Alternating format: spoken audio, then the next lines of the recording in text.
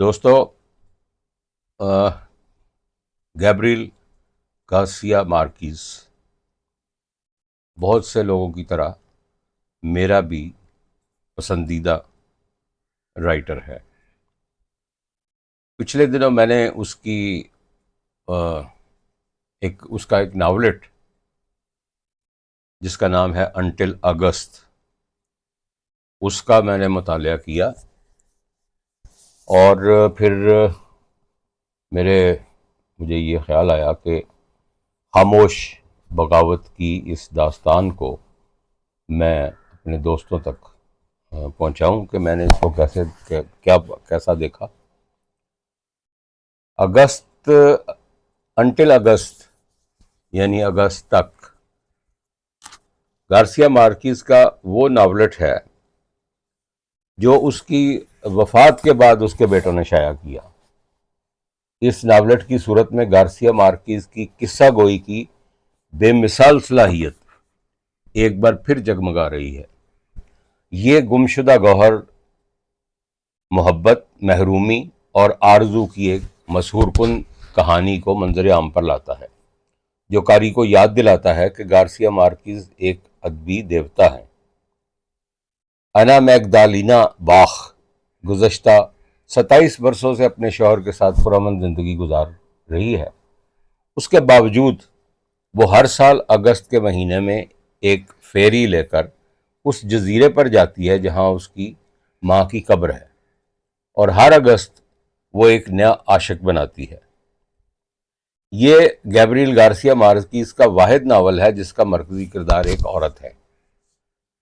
یہ کہنا درست نہیں ہوگا کہ ہمیں یہاں کافکا اور میکس برود کی والی صورتحال کا سامنا ہے۔ اگر بعد از مرگ شائع ہونے والی کتابوں کی ایک پہاڑی ہو اور اس کی چوٹی پر دی ٹرائل ہو، تو اگست تک کہیں دامن میں آتی ہے، نہ بالکل خراب نہ مکمل کامیاب، بلکہ کچھ بکھری ہوئی۔ یہ ناول مردانہ نگاہ سے بھی لکھا ہوا محسوس ہوتا ہے۔ صفحہ نمبر 5، صفحہ نمبر 5 جو ہے اس پر انا آئینے میں اپنے جسم کا جائزہ لیتی ہے اور سوچتی ہے کہ 2 حمل کے باوجود بھی اس کے سینے گول اور بلند ہیں۔ پھر وہ ایک اجنبی مرد کے ساتھ بستر پر ہے جو صرف اپنی لذت کی خاطر اس پر سوار ہے، اس کی لذت کا خیال کیے بغیر۔ سطحی طور پر یہ مردانہ تخیل کی عکاسی لگتا ہے، لیکن اس کے نیچے کچھ اور بھی ہے۔ چاہے یہ ناول مارکیز کے دیگر شاہکاروں جتنا گہرا نہ ہو، کہانی کی ساخت سادہ ہے، ایک لوک داستان کی طرح۔ ہر سال انا ایک غیر نامزد کیریبین جزیرے پر ماں کی قبر پر پھول چڑھانے آتی ہے، اور ہر بار ایک نئے مرد کے ساتھ ایک رات گزارنے کی کوشش کرتی ہے۔ قاری یہاں مختلف مردوں اور حالات کا مشاہدہ کرتا ہے۔ ایک دوست جو اچانک محبت کا اظہار کر کے اس کی منصوبہ بندی درہم برہم کر دیتا ہے، اور دوسرا ایک خطرناک آدمی جو بیوہ عورتوں کو دھوکہ دے کر ان کا استحصال کرتا ہے، بلکہ شاید 2 کو قتل بھی کر چکا ہے۔ اس کے ساتھ گزاری رات ماوراتی لذت کا دھماکہ تھی کہ وہ جھلس گئی، پٹک دی گئی، اور 3 دن رات ٹھنڈے اور نیم گرم غسل کی محتاج رہی۔ اور تیسرے سال تو وہ سڑک پر کھڑی گاڑیاں روکنے کی ہمت کرتے ہوئے سوچتی ہے کہ بس کوئی ایسا شخص مل جائے جو اگست کی اس رسم کو نبھا دے۔ اگست تک شہوانی خیالات یا مردانہ فینٹیسی سے کہیں زیادہ ہے۔ موسیقی اس ناول کا ایک مرکزی استعارہ ہے۔ خود انا کا نام، اس کے شوہر کا موسیقی کے ادارے کا سربراہ ہونا، اور موسیقی کی اصناف میں جدت کے تجربات جیسی ڈیبوسی کے کلیر دی لون کی بولیرو دھن میں ترتیب، بارٹوک کے کنٹراسٹس کی سیکسوفون پر جاز ترجمانی، یا شوپن کے انداز میں اگسٹین لارا کی بولیرو دھن، یہ تمام تجربے اس سوال کی طرف لے جاتے ہیں کہ کیا انسان اپنے رویے اس حد تک بدل سکتا ہے کہ اپنی اصل ہی کھو دے، یا کیا انسان کی شخصیت بھی ایک پہلے سے موجود دھن پر جاس نوٹس کا مجموعہ ہے؟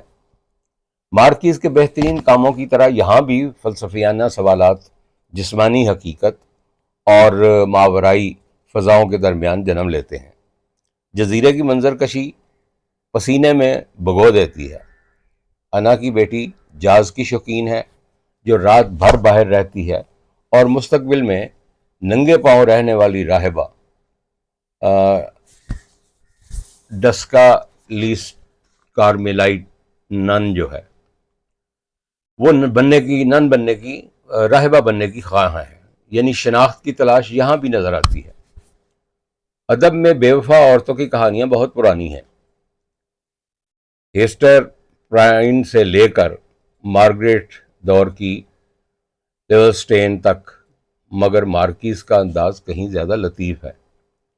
انا ماگدالینا کی بے وفائی صرف جنسی تسکین نہیں بلکہ خود شناسی کی ایک پیچیدہ جستجو ہے۔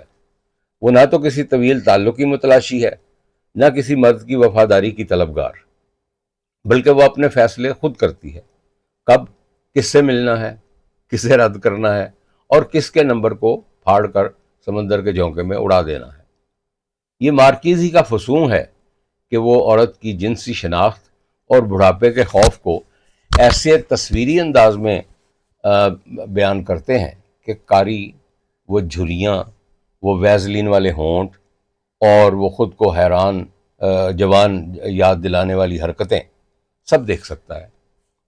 ایک موقع پر انا آئینے کے سامنے اپنے چہرے کو انگلیوں سے کھینچ کر جوانی کی شکل یاد کرتی ہے۔ اگلی بار وہ جزیرے پر جاتی ہے تو سیاہ ریشمی لباس اور مصنوعی زمرد کے زیور پہن کر خود کو کسی پرفتن عورت کی مانند پیش کرتی ہے، مگر اسی لباس کی چمک ایک نوسر باز کو اپنی طرف کھینچتی ہے جو دھوکہ دے کر اس کے بستر تک پہنچتا ہے، اور پھر جب وہ جانتی ہے کہ کوئی نامعلوم سفید بالوں والا مرد اس کی ماں کی قبر پر پھول رکھتا ہے تو کہانی ایک دھیرے مگر پر اثر موڑ لیتی ہے۔ انا ماگدالینا ماں کی قبر کشائی کر کے اس کی ہڈیاں ایک بیگ میں رکھتی ہے اور شوہر کے سامنے واپس لاتی ہے۔ یہ لمحہ جو حقیقت سے زیادہ خواب جیسا ہے، اس مختصر کتاب کو ایک دیو مالائی کہانی میں بدل دیتا ہے۔ یہی ہے مارکیز کی اصل طاقت، وہ حقیقت اور سحر کو، روزمرہ اور رومان کو، طنز اور پیش گوئی کو اس مہارت سے بنتے ہیں کہ ہر فقرہ ایک احساس میں ڈھل جاتا ہے۔ گارسیا مارکیز کا اگست تک جادوئی حقیقت نگاری میجیکل ریئلزم کی فتح ہے، جس میں عمومیت اور غیر معمولی پن کا امتزاج ہے۔ روشن کرداروں اور گہرے موضوعات سے بھری پیچیدہ کہانیاں تخلیق کرنے کی ان کی لاجواب لیاقت کو ایک بار پھر سامنے لاتا ہے۔ ہر نیا صفحہ الٹنے کے ساتھ قاری ایک ایسی دنیا میں پہنچ جاتا ہے جہاں ناممکن ممکن ہو جاتا ہے اور جہاں انسانی تجربے کا حسن بے نقاب ہو کر سامنے آتا ہے۔ یہ ناول زندگی کے جوہر کو اپنی تمام تر پیچیدگیوں کے ساتھ گرفت میں لانے والی ان کی صلاحیت کو ظاہر کرتا ہے، اور آخری صفحے کے بعد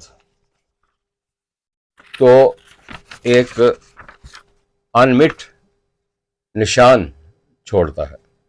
مارکیز نے اس ناول میں کسی کردار کو سوائے انا کے کردار کے ڈیولپ نہیں کیا، شاید اس لیے کہ وہ چاہتے تھے کہ سارے کردار انا کے گرد گھومیں۔ بہرحال یہ ناول ایک ماسٹر ناول نگار کی آخری کاوش کے طور پر پڑھنا چاہیے کہ اس میں گارسیا مارکیز کے بیانیے کی مہارت نئی بلندیوں کو پہنچتی ہے۔ وہ قارئین کو ایک ایسی دنیا کے سفر پر مدعو کرتے ہیں جہاں حقیقت اور تخیل بغیر کسی رکاوٹ کے ایک دوسرے سے جڑے ہوئے ہیں۔